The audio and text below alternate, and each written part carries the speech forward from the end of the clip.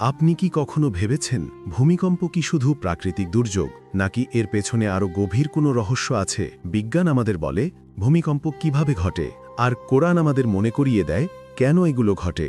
আজকের ভিডিওতে আমরা উন্মোচন করব ভূমিকম্পের লুকানো বিজ্ঞান এবং কোরআনের শক্তিশালী সতর্কবার্তা। আপনি দেখছেন আল হিকমা বাংলা, যেখানে আমরা ব্রহ্মাণ্ডের রহস্যগুলোকে কোরআন ও বিজ্ঞানের আলোকে অনুসন্ধান করি। আমাদের পৃথিবী একটি জীবন্ত গ্রহ। এর বাইরের স্তর বিশাল টেকটনিক প্লেটে বিভক্ত। যখন এই প্লেটগুলো একে অপরের সঙ্গে সংঘর্ষে লিপ্ত হয়, সরে যায় বা ফেটে যায়, তখনই ভূমিকম্পের সৃষ্টি হয়। হিমালয় প্রতি বছর কয়েক মিলিমিটার করে উঁচু হচ্ছে, কারণ ভারতীয় প্লেটটি ইউরেশীয় প্লেটকে ঠেলে দিচ্ছে। ক্যালিফোর্নিয়ার স্যান অ্যান্ড্রিয়াস ফল্ট প্রতিদিনই অদৃশ্যভাবে নড়াচড়া করে, কিন্তু কখনো কখনো সৃষ্টি করে ভয়ঙ্কর কম্পন। যখন ভূমিকম্প আঘাত করে, মাত্র কয়েক সেকেন্ডে বিপুল পরিমাণ শক্তি মুক্তি পায়, যা পুরো শহর ধ্বংস করে দিতে পারে। বিজ্ঞানীরা ভূমিকম্পকে প্রাকৃতিক প্রক্রিয়া হিসেবে ব্যাখ্যা করেন, কিন্তু কোরআনে এগুলোকে সতর্ক বার্তা হিসেবেও উল্লেখ করা হয়েছে। সূরা জিলজিলাহকে বলা হয়েছে, যখন পৃথিবী তার শেষ ভূমিকম্পে তীব্রভাবে কাঁপবে এবং তার ভেতরের বোঝাগুলো উন্মোচিত করবে, মানুষ বলবে, এ কি ঘটছে?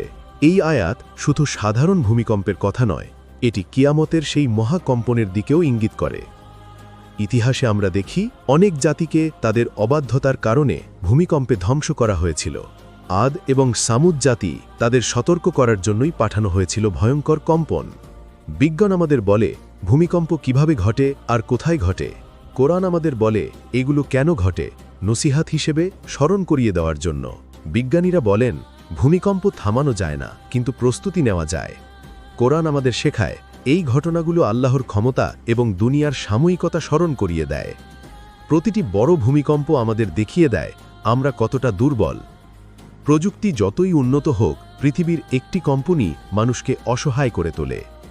ভূমিকম্প কেবল ভয়ের বিষয় নয়, এগুলো হিদায়ত বয়ে আনে, আমাদের জীবনকে পুনর্গঠিত করতে, আল্লাহর দিকে ফিরে আসতে এবং প্রকৃতির প্রতি আরও দায়িত্বশীল হতে শেখায়। অতএব ভূমিকম্প একই সাথে ভূতাত্ত্বিক প্রক্রিয়া এবং মহান স্রষ্টার নিদর্শন, যা আমাদের থামিয়ে ভাবতে বাধ্য করে, আমরা কি এই পৃথিবীর শেষ কম্পনের জন্য প্রস্তুত?